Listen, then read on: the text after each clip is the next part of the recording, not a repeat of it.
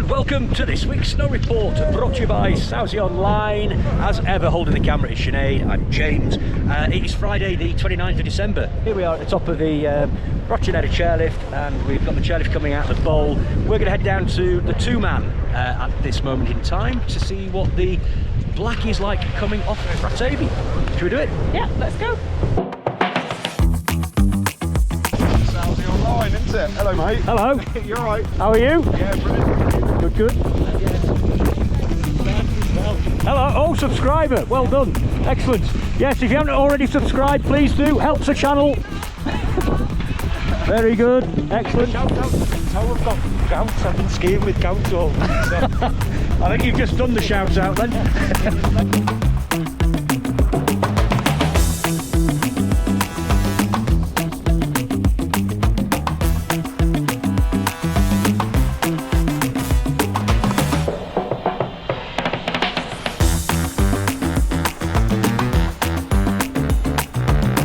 Okay, here we are at the bottom of the Colo two-man chairlift in the bottom of the bowl. The queue isn't too bad at the moment, but it is about 10 o'clock in the morning, and it is the New Year week, isn't it, love? It is, yes. It is the New Year week. We are fast approaching 2024, so obviously with it being the New Year week, it is very busy, but we've come here nice and early. Okay, I hope you're all excited for this new feature. It's time for Chairlift Chit Chat. James, are you ready for your first question? Let's do it. Be gentle with me, people. Yeah. So Anne is asking, Hello, Anne. do you know when the San Sicario to Clavier gondola might be open? The San Sicario to Clavier. Well, the gondola is actually open. Down to Chisana. What isn't open is the link then from Chisana home to Clavier. So the full Via Lattea is not open. The reason for that, Anne, is because on the left hand side of Clavier, the runs aren't open there due to lack of snow. So that's what we think anyway. Well, that's what we think. That's what we think. Yeah, we can only think that is the reason. Next question. Next question. Phil, this is from Phil. Hello, Phil.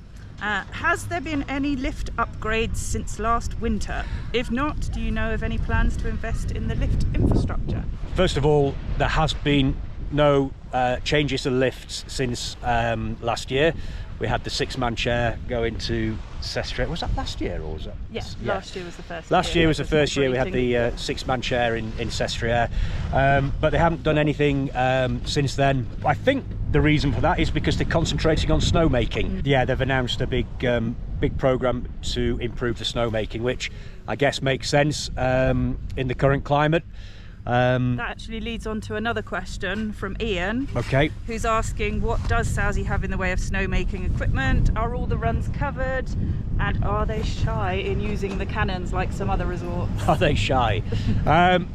Okay, well, we're in the bowl area at the moment and there aren't any cannons in the bowl. I guess they are relying on the fact that it is higher, so they haven't put cannons in here.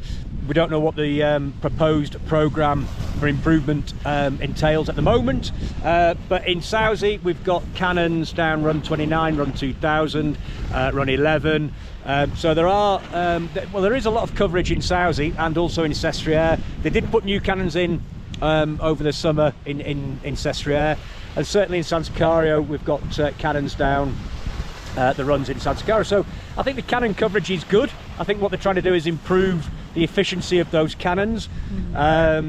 Are they shy in using them? Well, it is extremely expensive to run the cannons. I mean, obviously they're not going to put them in and just leave them standing. And it's the natural resources as well, the water levels and things, I guess. Absolutely, yes. We need water for the cannons to run. In previous years we've had water shortages in the Piemonte region, which affected the obviously the production of snow in the winter. I wouldn't say they're shy in using them, so I hope that's answered your question. This is actually a question for me. Question for Sinead from Nicola. How many layers do you wear?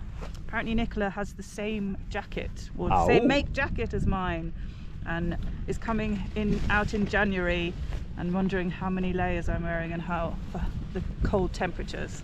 Well, Nicola, the last week has been double digits, so yeah, I've only been wearing a t-shirt and a thin jumper under here, but today's a little bit colder, so I've got 3 layers. I like this jacket. It's good because it's lightly insulated, so it's not a shell, but it's not really a thick insulated jacket. So this is a good jacket. I would say, depending obviously on the temperature, 2 or 3 layers. I have got a like puffer jacket for the really cold. When it gets it to kind of -10s, that goes under here, and that's really warm and toasty. Richard is asking, do you guys do a group meetup or ski days? Well, we do the meetup on Tuesday evening in Moncrons, don't we? We do, yes. Do you want to tell the people when that will be commencing? Yeah. So Tuesdays at 5:30, starting not this Tuesday coming, but the week after. So that'll be the 9th of January, I think. From the 9th of Jan, right. Yeah. We will be in Moncrons from 5:30 for a couple of hours. Yeah, usually that's a good little turnout, isn't it? And ski days, as far as ski days are concerned, we did a few years ago, yeah, we might look at that in the future, but at the moment, no. Last question, Mark sent a direct message asking, I like this one, do we spend all our time skiing? Do we actually do any work? Well, Mark, yes. No, we don't spend all our time skiing. It might look like it, but unfortunately, no, we don't. Behind this channel is the website sauzeonline.com. And that allows people to book independently, so you can book airport transfers with us, you can book ski rental with us. We've got some pretty good deals with a few shops in town. So yeah, ski rental, ski school as well. We get people into ski school.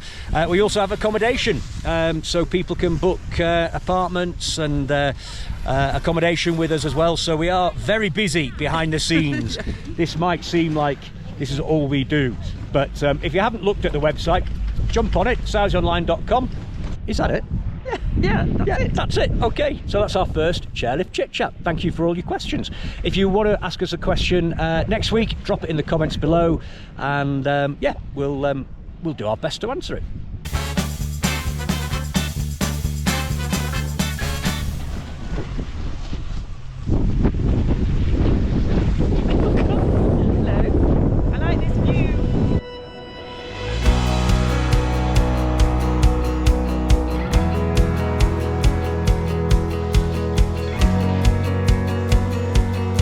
Here we are on Black 25, which is coming down from the top of Fratavi.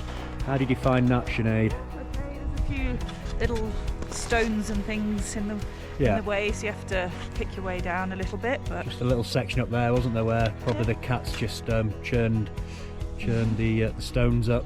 Okay, well, we shall continue down.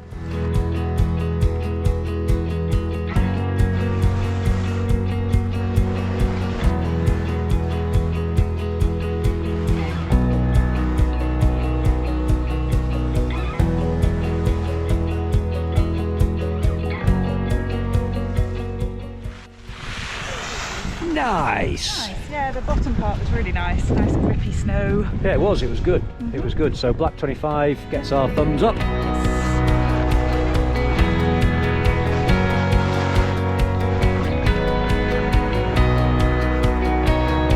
You find us now on Run 11, just below Chairlift, which is just up yonder. You can see the Lagonero. Thank you very much. God's truth, what is going on? The Lagonero chairlift is open, which brings you to the top of Chairlift. The Clotez lift is open from town, so you can jump on the Clotez lift, and then jump on the Lagonero lift, and then if you wanted to get into Sportinia, you would turn right at the top of the Lagonero lift, come down this little run, and you've got the option. You've got the red run, which goes straight down into Sportinia. Gets a little bit scrapey, certainly in the hello. Niente, no.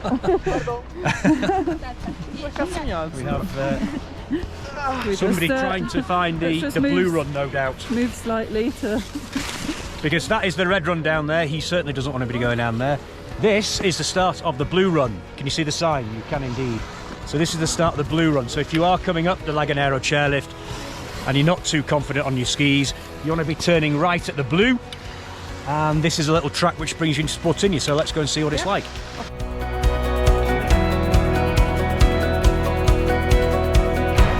So this run has been closed. It opened a few days ago. So they've obviously been working on this, trying to get the snow onto it for the beginners, which is great. Still a bit sketchy, but we can get down it okay. And here we are at the bottom of the blue. Now it joins the bottom of the red, and we're going into Sportinia.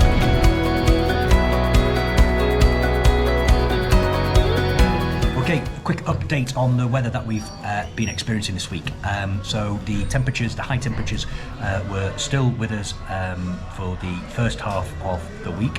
And then on Wednesday, you could see the cold air coming up the valley from Turin. You were getting quite excited by it, weren't you? I was getting really excited. Well, a because the temperatures were dropping, but you could actually see the weather, visually see the weather changing in front of you. It was fantastic.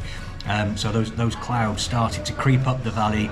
That was signalling the colder air coming in, pushing the warm air up. So we were treated with that typical temperature inversion situation, which is fantastic for cameras, but it's where the cloud just sits in the valley and you've got sunshine above it. So on the mountain it was nice and sunny, but that was good because that was a visual indication that yes, the weather finally has changed. So since Wednesday the temperatures have dropped, and on the thermometer outside it was showing 0 degrees, so it's still not super cold, but at least it is colder than it has been. And the forecast for the week ahead, the all-important forecast, something's happening. Something is definitely happening. Every time we look at it, it does change, so we would just have to wait and see. But hopefully on Sunday we might get a bit of snow. It's not forecast to be a great amount, but anything could be very welcome at this moment in time. And then next week, on and off, we don't normally, if you've been watching these videos for some time, you will know that we tend to look 2 or 3 days in advance and be fairly confident with what it says for those 2 or 3 days. Anything beyond that, you're taking it with a pinch of salt. So next week, after Sunday, there is a bit of snow, but we shall just have to wait and see what happens. But hopefully Sunday, if you're arriving on Sunday, is that New Year's Eve? It is, yeah. So if you're arriving on Sunday, you might be arriving to a little bit of snow. Let's hope. The run you can just see down there is run 2000, the bottom of run 2000. They have been spraying on that, and hopefully with a little bit of help from the natural stuff, we should have that open fairly soon. This is the bottom of run 11. We're on the Lagunero chairlift for the first time this season. Yeah, it is. Yes, it is. So this is the bottom of 11. You can see not quite as wide as it should be. You can see a lot of the storm debris off to the side from the other week when we had those super high winds. But yeah, all in all, this is definitely thanks to the cannons, isn't it? That yes, this path is open. Yeah. So they have been definitely using the cannons. Yeah. Ready, steady, go! Ready, steady. Etna Rosso di Giovanni Rosso. It's a fantastic, easy Pinot Noir. Easy to drink, a little bit cold, fantastic. Before you buy, you try. No, perfect. Yes. Right, we've had our lunch and I hope you enjoyed Wine of the Week as much as we did. Yeah, very nice bottle of wine there, so we're going to see Simone at Osso Bianco if you would like to sample that one. That was very nice. Apparently it's from Sicily. Yes, It Mount was from, Etna. It was from the sides of Mount Etna, so yeah, very nice indeed. And we've made it back up the Rocinero chairlift, which I think is behind me. You can see that. Yeah, and we're now going to jump on the Jovenso chairlift back to our car. But yeah, what do I need to say? What do I need to mention now, love? Thanks for watching. Well, yes, well, indeed. It is a bit windy here, so I don't know if the wind's going to play havoc with the sound, but... We've got a couple of shout-outs. Should we do them? We'll do those on the Jovenso chairlift going down, but I do want to say a special thank you to the frog boilers. I'm sorry I missed you, and thank you, well, Magnus will thank you for the treats. So, yeah, thank you very much to the frog boilers. Right, we're going to go down Blue 13 and, yeah, jump on that Jovenso chairlift, and we'll do the rest of the shout-outs then.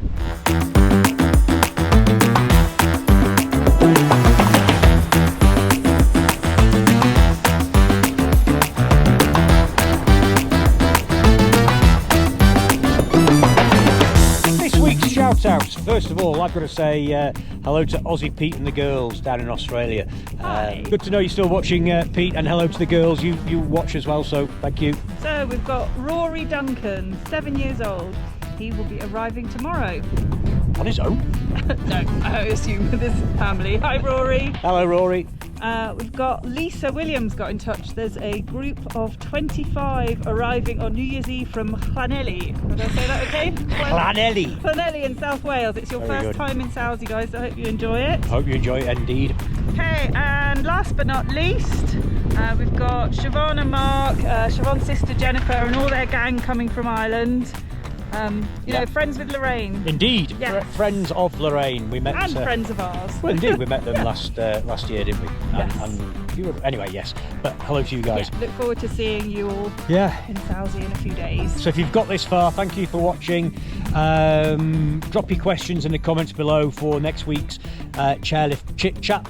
And that is it from us. Happy New Year. Happy New Year, everybody, and we'll see you in 2024.